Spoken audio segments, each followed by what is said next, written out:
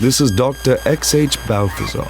I am broadcasting once again to present my findings from the world of the uncanny.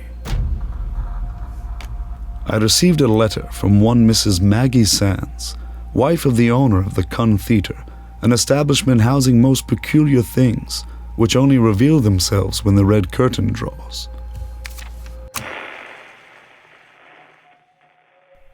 Dear Dr. Balthazar, thank you for taking the time to read my plea for help. My husband runs the Kuhn Theater here in Lebanon, Oregon. We are the only theater in town and used to provide the best evening experience there ever was, but that took a turn for the worst when, recently, one of our patrons tragically passed in a freak accident. A very freak accident, which I still cannot wrap my head around. I am beginning to think we made a mistake by building on the ground of the property no one wanted. The house of an old man who fell 2 stories out his own window. It brought something bad to the place. An energy, if you believe in that sort of thing. Please come see for yourself. And help, if you can. I am at a loss for what to do. 2 tickets to The Admiral Was a Lady. 1 for me and 1 for the lady. Yeah, go on then. Hey, mister. Who? Me? Yeah, you. Where do you think you're going? Just inside there. I was asked here by Mrs. Maggie Sands. Is that a question? Or do you know? Oops, don't care. Can't let you in unless you got a ticket. You got a ticket? Fine. 1 ticket for The Admiral Was a Lady. 45 cents. Sounds dreadful. Better get going. Picture's starting. Oh, and say hi to Lily's ghost for me. Let's go up to the balcony. If it's all right with you, it's all right with me. No one comes in here that giddy anymore. They must not know what they're in for. Am I speaking to Maggie? Dr. Balthazar, it's very nice to make your acquaintance. Likewise. I'm very grateful you traveled all this way. Shall we go talk somewhere more suitable to conversation? What was that? It's starting. You see, only 3 people came to tonight's show. I think I'll tell my husband it was half full. He's out now, bothering some men for money, just to keep this place alive. We've only been open since 1932, and I don't see us lasting much longer with the way things have been going. When exactly did this... And I get scared, you see, dealing with a haunted place all by myself. I never could dream away those monsters under my bed, and I'm not convinced they ever left. So I'm very grateful to have a companion tonight. Sorry, you were starting to say? Can you tell me when exactly this supposed haunting started? It was after that little girl took that terrible, awful fall from the upper balcony. When? Oh, gee. It's got to be a few weeks ago at this point. It must look a dreadful thing how fast we reopened. But what were we to do? Tell me more about the girl. Well, it's just a terrible, awful thing, wasn't it? Little Lily, up on the balcony, leaned too far over and just kept falling. You're saying she lost her balance? I'm not saying that. That's how the case closed. You think there could be another explanation? Perhaps she was pushed. No one else was up there but Lily. Her parents were down in the main seats wondering where she ran off to. But the coroner said there was blunt force trauma to the back of her skull.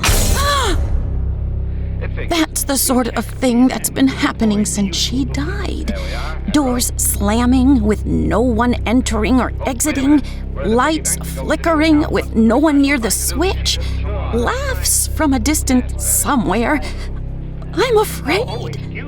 Of what? How much further she can take it. Follow me. You mentioned in your letter that there's a history to the grounds this theater was built on. Yes, Mr. Brady. He wasn't a good man. He owned most of the plots of land in the area. Greedy man. Hoarded them for various reasons. The plot we're on, he turned into a kill farm. He had the cattle lined up along this fence facing the road, stuck their necks in between the spaces, kept them there day and night, and each time you'd drive through, you'd see something new he'd done to one of them. Sometimes he cut off a leg, a rib, a foot. Sometimes there'd be a severed head not fully detached from the body, and the cow still twitching. He liked to eat the animals alive. But he had a young daughter who must have had the conscience he didn't. And one day, a driver passing through looked over and saw Mr. Brady face down in the grass, dead with blood pouring out the back of his skull, and his daughter standing over him with the axe he used on the cows. I saw her in the papers. She looked like little Lily, I think.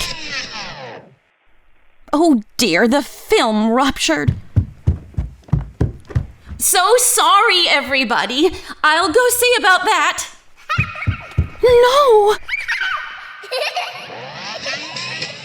I sold out last week's bags already yesterday. How strange. A little bump in the road. It's going smooth now. How about some coffee? There must be an answer somewhere. Yeah, you and your big mouth. Excuse me, is this some kind of joke? I'll get this under control. I'd like my money back. If you'll excuse me, sir, I'll fix this. This is madness. Dr. Balthazar, would you accompany me to the projector room? Yeah, you and your big mouth. Quickly. Yeah, you and your big mouth. Johnny, come down here. I'm getting scared. We'll go in here. Is it locked? That's not possible. It doesn't even have a lock. Yeah, you and your big mouth. Johnny, I'm leaving. Dull. What's there to be afraid of? I can't get it to open. Sir, I would advise you to back away from the ledge up there. Don't you know there was an accident? Whoa, whoa, Yeah, you whoa. and your Johnny! big mouth.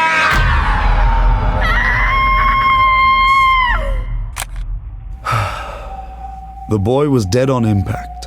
When he fell head first. His neck snapped, and his head came almost clean off. But not quite.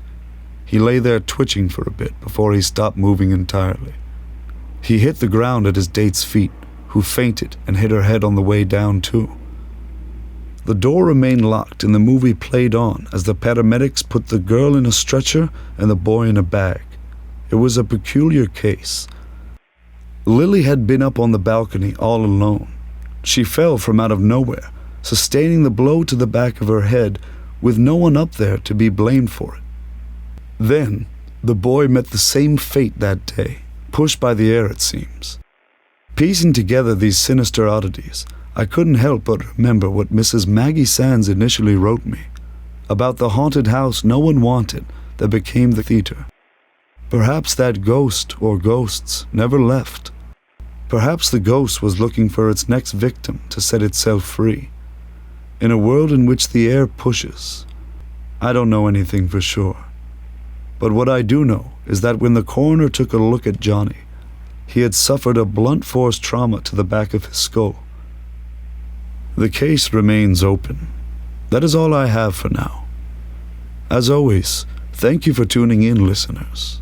And until next time, goodbye and good night.